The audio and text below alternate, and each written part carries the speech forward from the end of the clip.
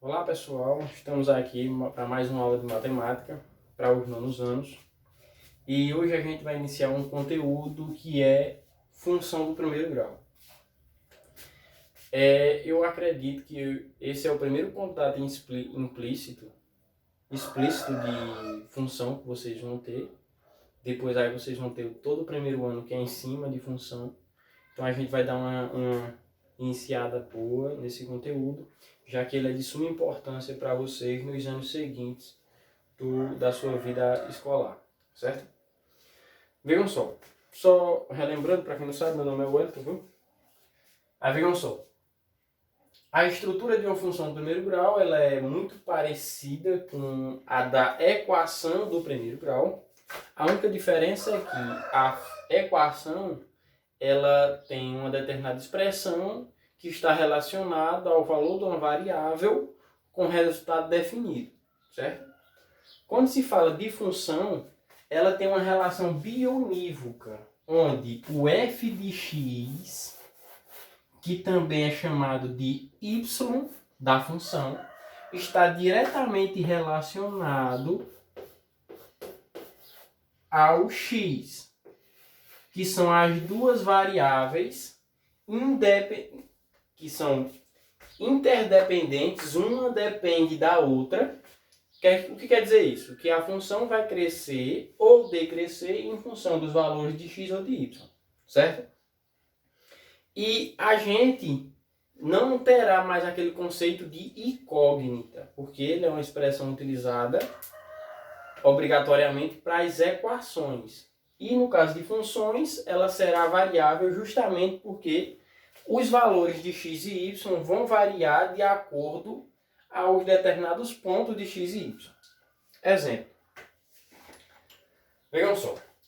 Ela terá essa estrutura, certo?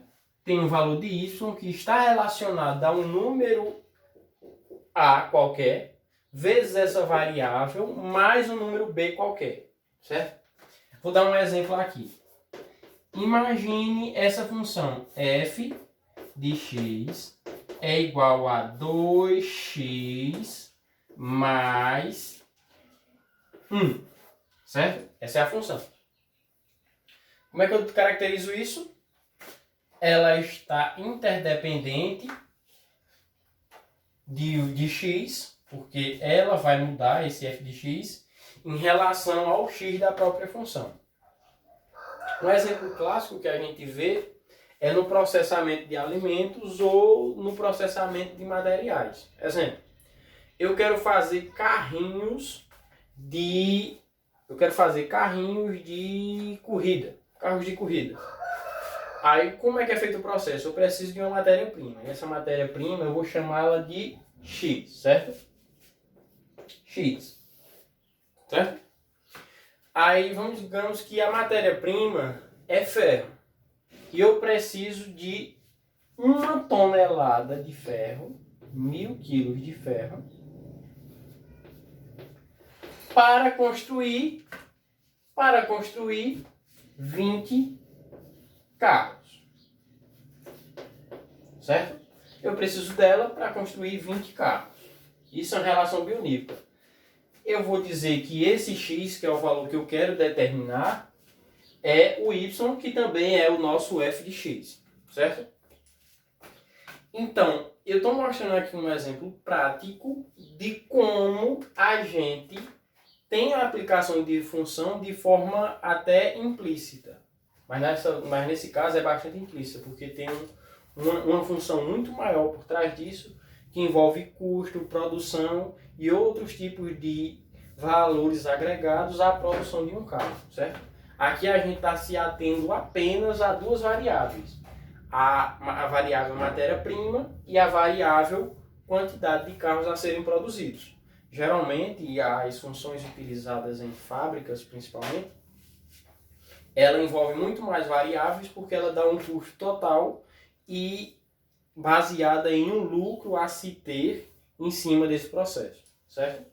Aí vamos lá para a parte prática. Vejam só. Isso aqui é uma função do primeiro grau.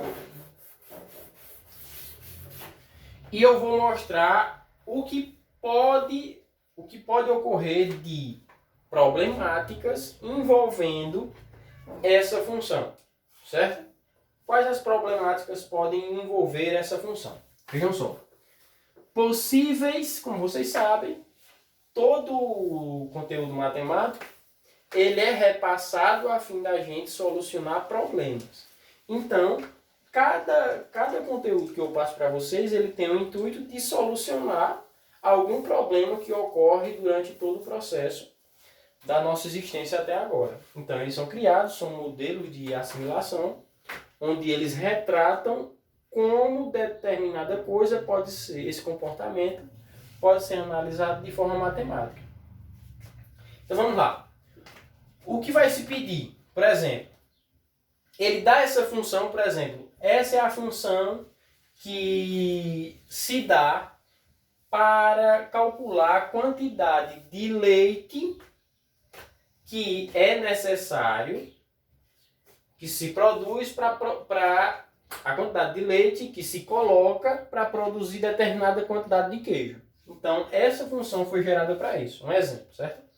Aí, aplicando nisso aqui, APL, vou botar APC, aplicando esse conceito, então vai ser feita a seguinte pergunta.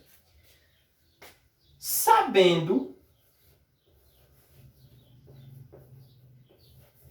que essa função é a função que determina a quantidade de leite e queijo a ser produzida, faz a seguinte pergunta. Com 20 litros de leite, eu posso produzir quantos... Aqui eu estou fazendo uma afirmação. Eu posso produzir quantos queijos? Quantos queijos? Quantos queijos? Certo? Aí o que a gente vai fazer? A gente vai aplicar na forma. Primeira coisa a fazer é o leite é o x ou y da função. O x é o valor unitário que não pode referir ao resultante do processo. Então a gente tem que identificar o que é matéria e o que é o processo. Matéria-prima. Então vejam só. No processo de fabricação de queijo eu preciso de quem? Do leite. Leite é matéria-prima ou resultado final? Não, leite é matéria-prima. Então quando a gente fala disso, o início, o que dá início ao processo, a gente vai dizer que é associado à variável x. Sempre. Quando ele não já vier evidenciando, certo? E o resultado que a gente quer saber é a produção no final, que é queijo. Eu não vou criar uma máquina para produzir o que a gente inicia, e sim o que vai dar de resultado. Certo? Então a gente vai aplicar. Eu quero saber quantos queijos eu vou fabricar com 20 litros de leite. Então eu aplico na forma. Eu tenho o f de x é igual a 2x mais 1. Lembra que eu disse que a matéria-prima é o x? Então eu vou utilizar quanto de leite aqui. Esse x está associado à quantidade de leite que eu vou colocar nesse processo. Certo? Quanto eu vou colocar? Eu vou colocar 20 litros. 20 litros de leite. Então eu aplico dentro da forma. 2 vezes x mais 1. Certo? Que é igual a f de x, que esse f de x é a quantidade de queijo. Tranquilo? Aí teremos 2 vezes 20 vai dar 40 mais 1, que é o que sobrou aqui. Ó. Então, esse f de x será igual a 40 mais 1, que é igual a 41 queijos. Então, nesse processo, nessa máquina, ele com 20 litros de leite, ele produz exatamente 41 unidades de queijo. Ninguém sabe o tamanho, porque ele não evidenciou isso, certo? Só que ele nos deu essa função E aplicando a gente teve esse resultado. Tranquilo? Essa é uma das aplicações. Tranquilo? Vou sair da frente para vocês tirarem um print. Isso aí vai ter muito na nossa lista de exercício, onde eu vou dar uma função, uma das duas variáveis, e eu vou pedir que vocês descubram a parte do método de equação, substituindo os valores e associando os resultados. A gente descubra os resultados que se espera, certo? Outro exemplo que pode aparecer, certo? Eu vou dizer aqui, eu tenho uma função, tem certa função, custo-produção. Ele diz, olha, eu tenho um táxi, e lá no taxímetro ele tem essa seguinte função. 2 vezes K mais R$2. Certo? O que quer dizer isso? O taxímetro, que é um aparelho utilizado para medir e calcular o valor das corridas de táxi, que a gente vê muito nas cidades grandes, eu acho que na gente deve ter também taxímetro, se tiver táxi, mas em Garanhuns tem. O que é que a gente utiliza? Eles utilizam-se dessa ferramenta, que ela está ligada à quantidade de quilômetros que o carro vai percorrer, onde ele estipula os valores a serem pagos de acordo com a quantidade de quilômetros rodados pelo carro, certo? Aí imagine, ele dá essa função e faz a seguinte pergunta para você. Uma pessoa pegou um táxi com essa função que determina o valor a ser pago e ela percorre 30 quilômetros. 30 quilômetros. Aí faz a seguinte pergunta para vocês. Quantos reais ela vai pagar por essa corrida? O que a gente faz? A gente substitui na fórmula. Aqui é quem? Quilômetros. O que ele está associado a quilômetros aqui? Ele colocou na própria função. Então vamos lá. O custo da corrida será igual a 2 vezes a distância percorrida, que foi 30 em quilômetros, mais 2, que é uma constante qualquer. Certo? Aí aplico. 2 vezes 3, 2 vezes 30, 90. 2 vezes 30, 60. Mais 2. Preço de custo igual a 60 mais 2, 62 reais. Então a gente calculou que um carro tendo esse modelo essa função para dar os resultados dos valores da corrida, ele percorrendo essa distância, ele vai pagar ter um custo para fazer essa corrida de 62 reais. Certo? Tranquilo essa parte? Isso é o que eu acredito que isso é uma das coisas que mais vai cair na nossa atividade. Certo? Agora eu vou partir para outra aplicação de função do primeiro grau. Qual é essa aplicação? A gente vai esboçar gráficos. O que quer dizer isso? Lembram que ela é uma função que quando a gente faz isso, por exemplo, de descobrir o custo em determinado ponto, a gente está calculando o valor estimado a ser pago por uma corrida em determinado ponto específico. Mas tem um limite de valores a ser, ou distâncias a ser percorrido por esse taxímetro? Não. Ele é infinito, certo? Ele pode fazer de distâncias enormes a distâncias muito pequenas. Não tem essa restrição, certo? Então a gente vai analisar o comportamento dessas funções no gráfico. Vou logo dizer que a principal característica das funções do primeiro grau é ser uma reta, certo? A principal característica é essa. Dessas características, a gente vai analisar duas coisas. A principal delas, o sentido do crescimento, se ela é crescente ou se ela é decrescente. decrescente. Eu errei aqui, ó. Crescente, decrescente. Certo? Então ela tem esses dois sentidos pra gente gravar aí. Vou só apagar aqui pra gente não misturar. Pode tirar um print, apaga aqui. Eu vou aqui despoluir um pouco isso aqui. Certo? Vou até apagar isso aqui também. Deixar só essa parte sim. Certo? Aí vejam só. Desses dois comportamentos, a gente pode analisar a própria estrutura da função. Certo?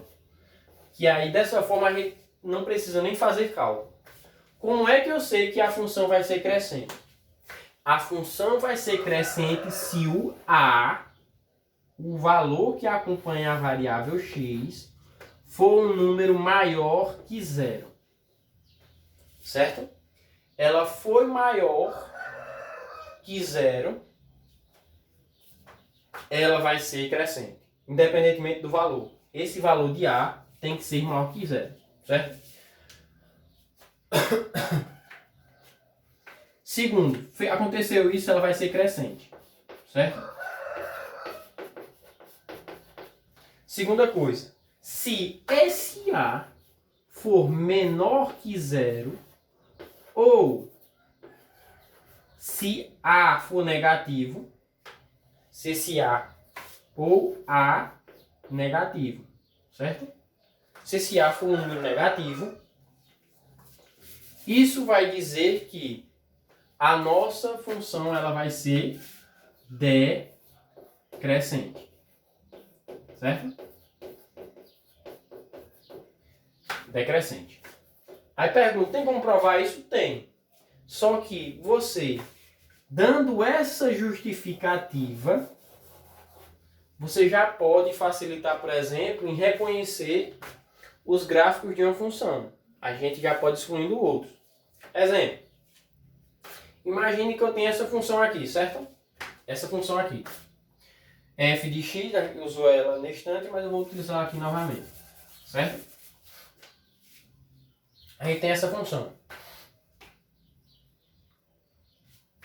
Veja só o que pode acontecer. Aí pergunta-se. Dado os gráficos abaixo, vou botar esses dois gráficos.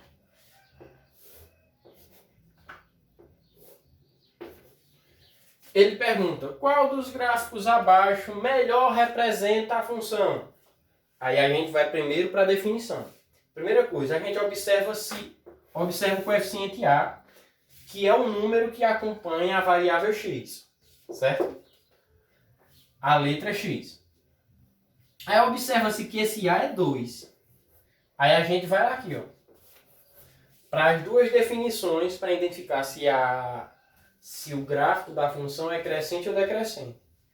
Primeiro deles, para ele ser crescente, o A tem que ser maior que zero. 2 é maior que zero? Com certeza.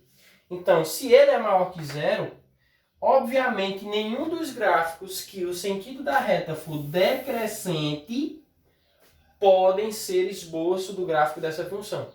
Por quê? Porque a própria definição diz que o sentido da reta, o sentido da função, está diretamente ligado ao valor do coeficiente A. Se ele for positivo, o número que acompanha a letra x, ele será crescente. Se ele for negativo, ele vai ser decrescente. E como aqui só foi apresentado duas opções para representar esse gráfico, então só nos sobra a opção B, pois o sentido da reta da função é crescente. E esse tipo de função com coeficiente positivo, ela sempre terá o sentido crescente. Certo? Simplificada essa parte, expliquei direitinho. Vamos para o próximo passo. Qual é o próximo passo?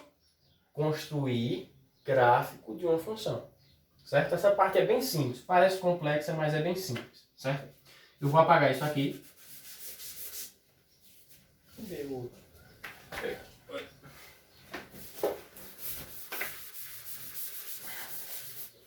Vou apagar isso aqui também, certo? Vou apagar isso aqui para a gente utilizar esse gráfico, tá bom? Aí vejam só. Pela teoria, a gente utilizando a teoria euclidiana, como a gente sabe que a representação de toda e quaisquer função ela é dada por uma reta, pela teoria da geometria euclidiana, a gente pode determinar uma reta para qualquer dois pontos. Não quer dizer isso. A partir de dois pontos eu consigo determinar essa reta e o sentido, certo? Mas só em caráter de explicação, eu vou dar 3 pontos, certo? Aí vejam só, a primeira coisa que a gente deve fazer é construir uma tabelinha. Lembrando que o f de x da função é a mesma coisa que a coordenada y. O f de x é o y da função, certo? Quando a gente vai para o plano cartesiano, lembrar sempre disso. Então a gente vai ter essas duas relações. Um lado, os valores de x, que serão aleatórios, a gente é quem vai dizer, e os valores de y, que estarão diretamente ligados ao valor de x. E como eu encontro cada um deles? A dica que eu dou é, como a gente quer ter uma demonstração, mostrar o valor de y, o valor da função, o gráfico dessa função, eu indico que a gente, como eu disse para vocês, a gente inicie pelo menor ao maior valor, certo? Como eu vou utilizar e disse para vocês que só precisaria de 2, mas em caráter de explicação eu ia mostrar 3 pontos, eu vou colocar esses aqui, o que eu acho ideais. 1, 0 e 1. Ela está em sentido crescente, do menor para o maior. Tranquilo? Esses valores de x eu determino, eu posso dizer, eu posso escolher. Esse é o valor de x e esse é o valor de... Esses são todos os valores de x. Certo? Eu posso determinar do meu gosto. Certo? Agora, os valores de y eu não posso determinar, eu tenho que calculá-los. Porque existe uma função que determina esses valores. Que diz, ó, f de x é igual a 2x mais 1. O que é que ele quer dizer isso? O valor de y está proporcionalmente ligado a 2 vezes x mais 1. Ou quer dizer isso, y é igual ao produto de x mais 1. Certo? Tranquilo? Então a gente vai aplicar na forma. Para descobrir o y da função, a gente tem que lembrar que o y da função é o 2x mais 1. Então eu vou substituir 2x, que eu coloquei aqui que era 1, mais 1. Certo? Faço a mesma coisa aqui. 2, que é a função, vezes o valor de x mais 1. E aqui, 2 vezes x, que é 1 nesse ponto, mais 1. Aí vamos matar os resultados. 2 vezes menos 1, menos 2. Menos 2 mais 1 vai dar igual a menos 1. Operação com números inteiros funcionais opostos, subtrai, permanece sinal do número maior. Então essa primeira coordenada de y aqui é menos 1. Certo? Aí temos aqui outra coordenada. Tem a de x é 0. A de y nesse ponto de x tem que ser quanto? 2 vezes 0 mais 1. 2 vezes 0, 0. Mais 1, 1. Certo? Temos a outra coordenada de y relacionada ao valor de x igual a 0. Outro ponto. 1 para x, logo para y, substituindo na função de formação, que é chamada de lei da função. Então vamos lá. 2 vezes x, mais 1. 2 vezes 1, 2, mais 1, 3. Qual é o nosso prazo? Qual é o nosso próximo passo? Com isso a gente determinou 3 coordenadas. Certo? 3 coordenadas. 3 coordenadas. Quem são elas? A coordenada x menos 1 y menos 1. A outra coordenada, x, 0, y, 1. Próxima coordenada, x, 1, y, 3. Certo? A partir daí, como são coordenadas, elas têm que se tornar em pontos de encontro. Eu acredito que eu até comentei sobre isso já no início do ano, sobre coordenadas geográficas, se eu não estiver enganado. Aí vejam só, o que a gente tem que fazer aqui? Lembra da estrutura que eu lembrei para vocês? Na primeira coordenada sempre deve estar os valores de x. Na segunda parte, os valores de y. Isso aqui é da estruturação das coordenadas.